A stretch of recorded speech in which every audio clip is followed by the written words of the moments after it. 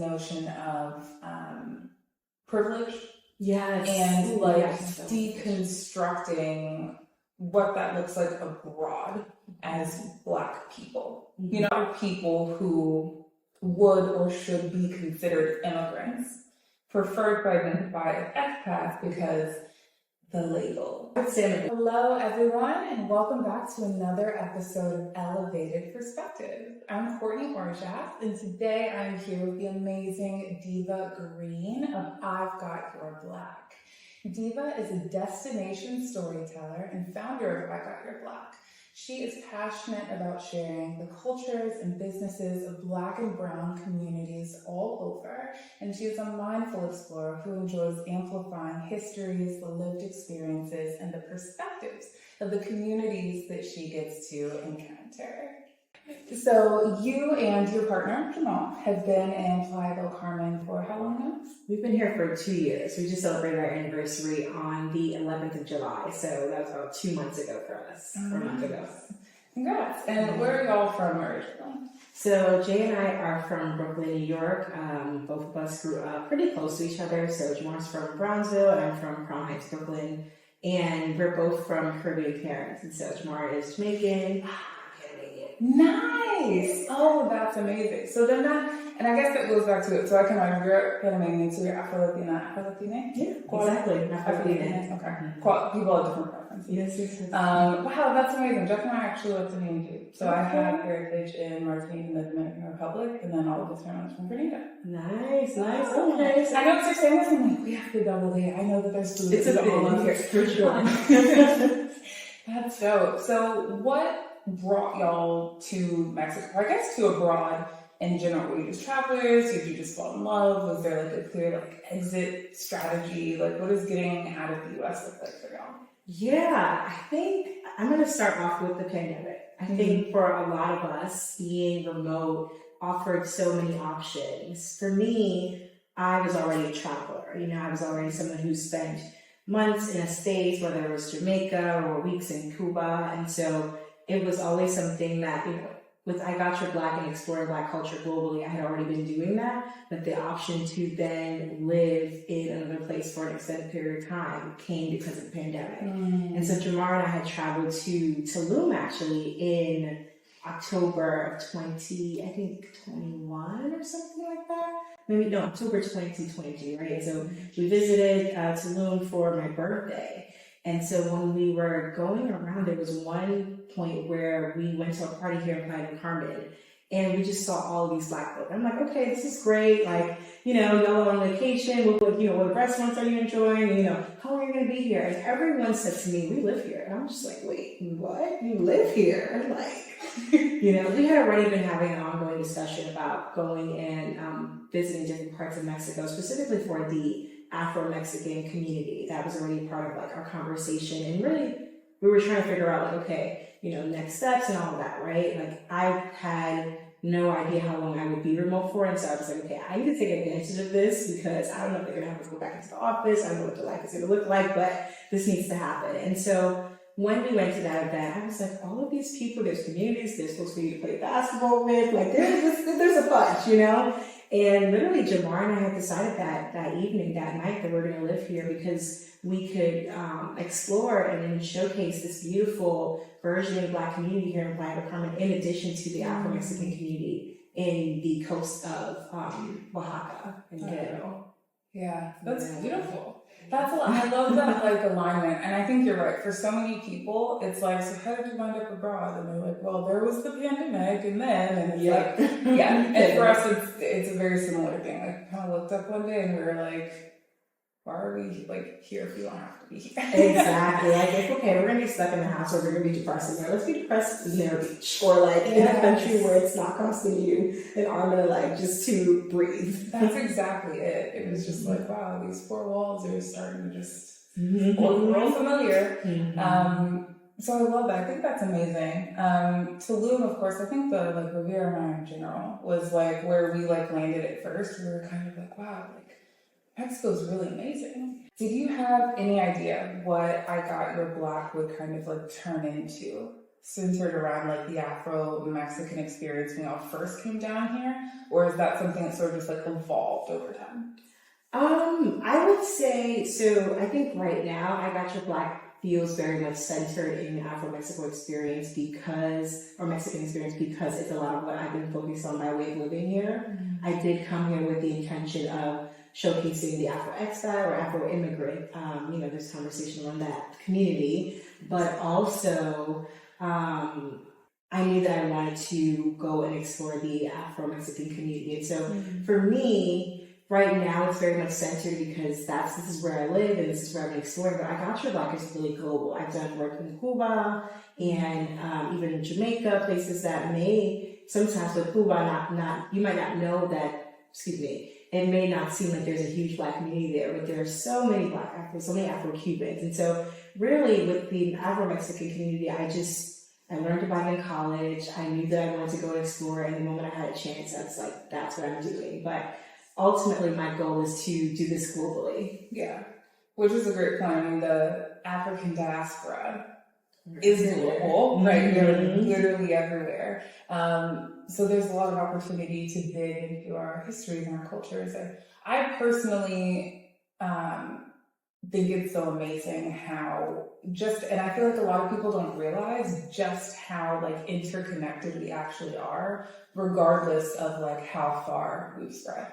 Yeah. Whether it's like song, whether it's dance, whether it's like linguistic roots in the way we call it response in church, like yes, how it's all of this sort of thing. And I think when I really started to deep dive into it, even like spirituality, religion, like literally everywhere you go, when you find people on the diaspora, there are these things where you can like trace them back and like just we always weave back into each other, which I think is beautiful. Absolutely.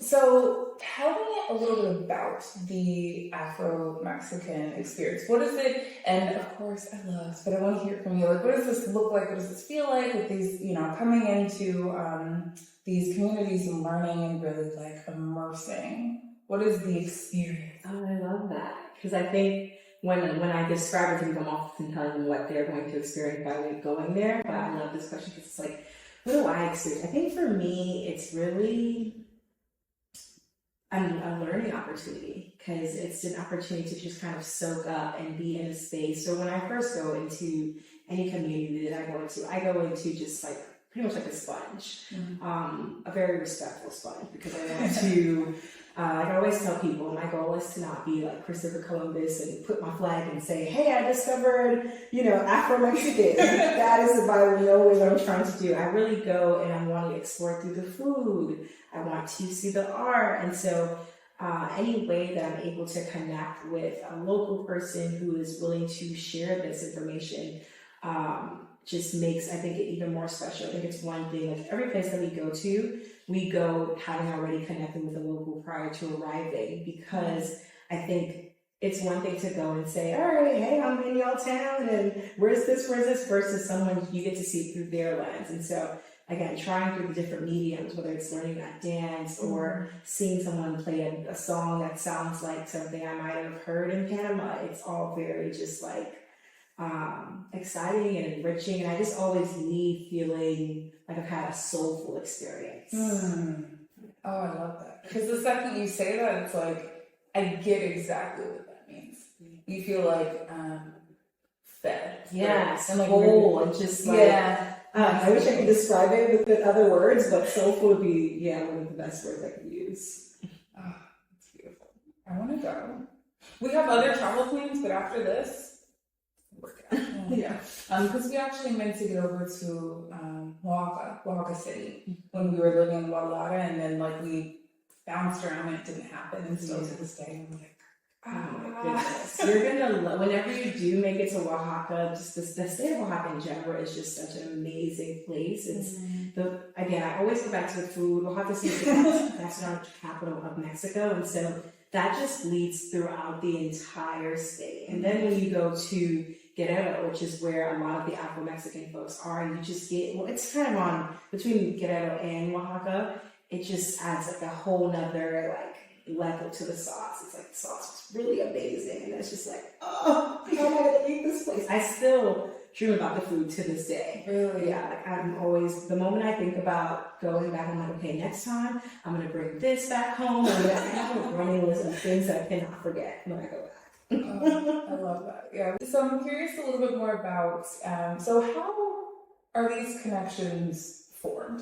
Right, when you're looking at these places and, you know, you want to bring an experience here, you want to learn, you want to really like understand the people and, you know, all of this. How are you going about like finding like, you know, Afro, in this case, I guess Afro-Mexican. So like when you go places, like how is it? You're just like, you, Black person. Yeah. You want to be a part of it? Like what does that sort of look like? Well, my boyfriend will laugh at this, but it's funny. So a couple different ways. The first way that I would say is I'll start off with the one that he laughs at. So sometimes I see people and I know like, you know, like finesse. So here in Mexico, obviously we have white Mexicans, indigenous Mexicans, there are Chinese Mexicans, people from all over. But there's something about, I don't know, certain curl to the hair or something that makes me be like, like, I don't know, I have an eye for it. The other day I went to the immigration office for my residency. I just became a resident. Yeah! Congratulations! So excited. So exciting. And I saw this woman and was like, you look very Mexican. You look very Mexican. And I'm like, okay, I see something. I don't want to say and because she's being Black doesn't negate her and be Mexicanist. But something about her, I was just like, are you from La Costa Chica in Spanish? And she was like, yes, very excited. I just was so happy that she was happy that I asked her. She was like, why do you need to do that? I'm like, because she's all the way in Playa, she's not on the coast. I have to ask her. And she's like, oh, do you know? I know a lot of people who look similar to you. I mean, I think for me, it started off with watching videos and seeing folks on YouTube, and then like kind of getting an idea of like what that indigenous African mix looks like. Yeah. But beyond just like physical features, but that's not really the best way to tell. I really connect with organizations that are doing work similar to this. Like for me, it's not about reinventing the wheel. It's like, okay, who are the people that are telling these stories? Who are the keepers of this history? And how can I find them? Now that can also not be the easiest thing, but in one case, like I think I saw someone post about Afro-Mexicans and I just like messaged her on Facebook, and the Mexican community Facebook and WhatsApp are still like the primary spaces for you to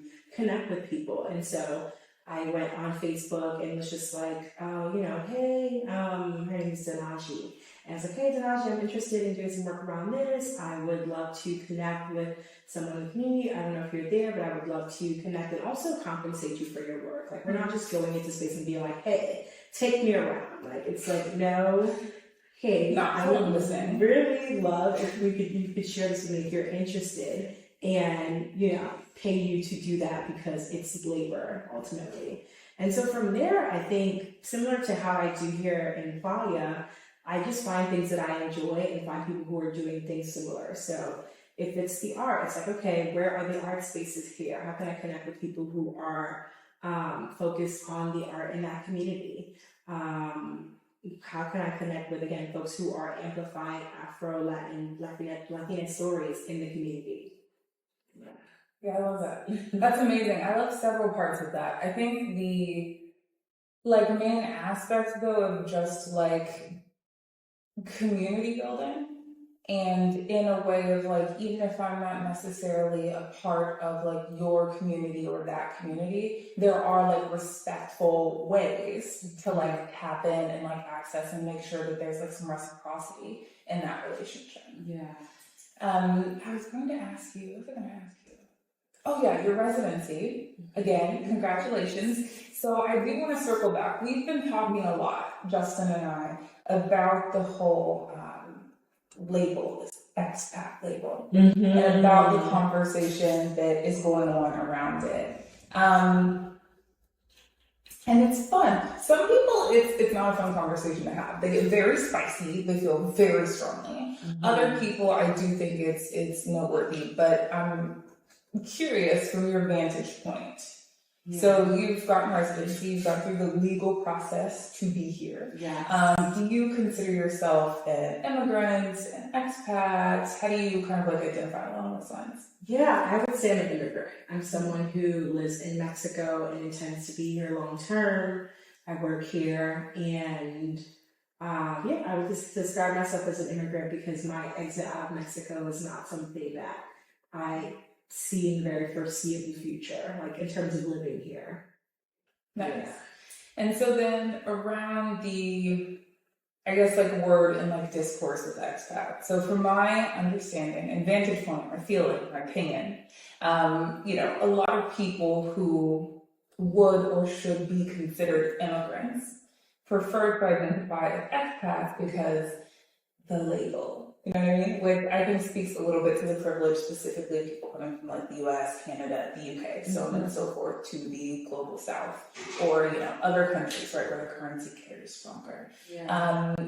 I personally have identified as an expat, and I guess more so that's because we're nomadic, so it's kind of like I left, but like, where am I? And then there are some people who, even though they've kind of like planted places, they choose to call themselves expats. I'm curious if you see any harm, like in that title or in the way that we show up. And by we, I mean people from US, UK, Canada, right, where the dollar stretches further into Mexico specifically. If you see any harm in us presenting ourselves that way, like using that as like an identifying title.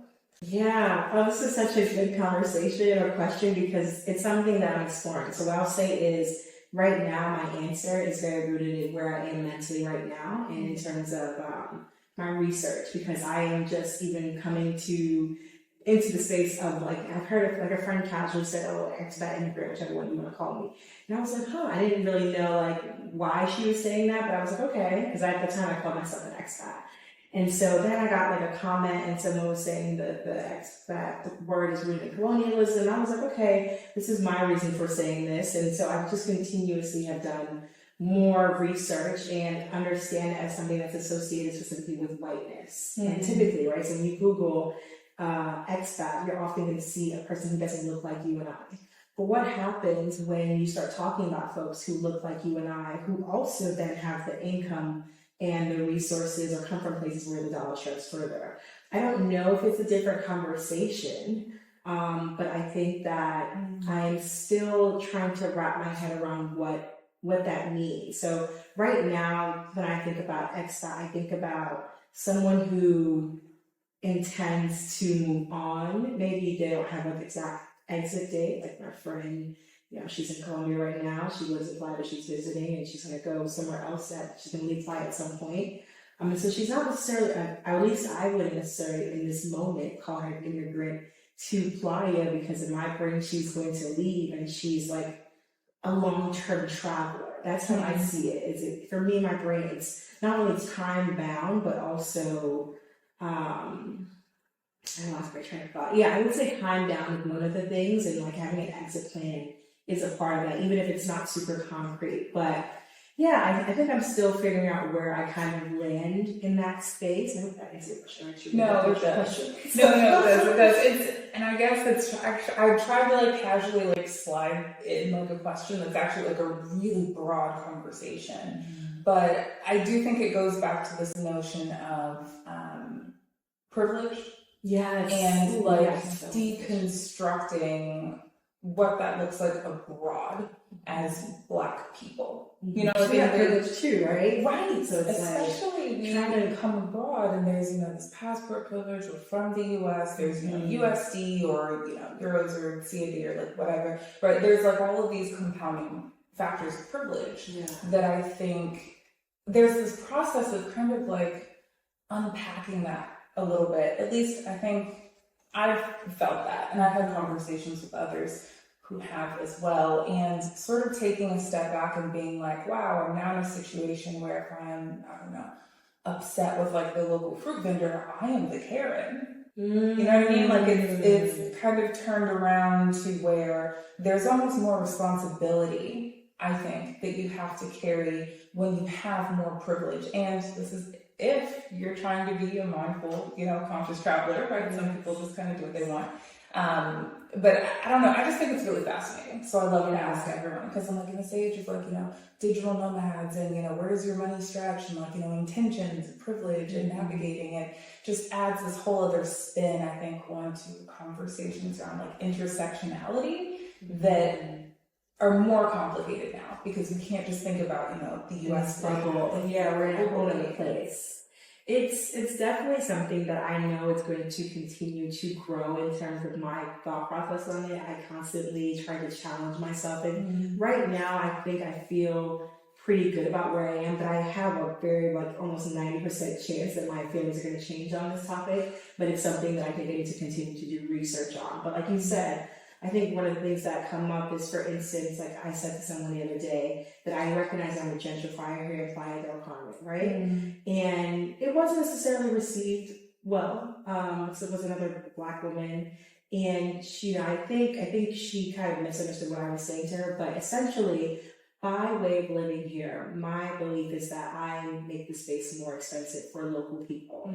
Now, granted, I live very locally, so I'm not living in the high rise of the Playa del Carmen, which I could. I did at one point live in a really beautiful space out over the other side of the highway. But where I live right now, I'm closer to the beach. I'm paying, cheaper rate, so I'm not necessarily causing the inflation in the same way that the high rises made, but that's a space that could have been occupied by a local. It's the right price that a local probably maybe more or less would pay. And so I'm mindful that by way of being here, it displaces others, right? And so that is not limited to my skin color. I'm not, like a white person or a person who has more privilege can come and gentrify, but I think that I also can too, just by way of the power that I have through capital. And so I wonder how much does that extend to the expat space, because historically people think about, white people think about expats, but now that if there's a whole movement of the Black sit, people escaping or leaving, whatever the word you want to use, leaving the U.S., we do come with our privilege. We do come with that income, because a lot of us are remote workers. And so just try to think about it the same way that I consider myself a gentrifier in the space. Maybe I need to kind of work my way around thinking about how expats can I'm kind of losing my train of thought right now, but essentially just where does that fit in terms of privilege and expats? Yeah. And Black expats specifically. But yeah, I think it makes a lot of sense. I think I'm also, I don't know, I'll say I'm excited for like the future of this conversation, because this is also very new. This is also very new, especially for like Black and like brown people.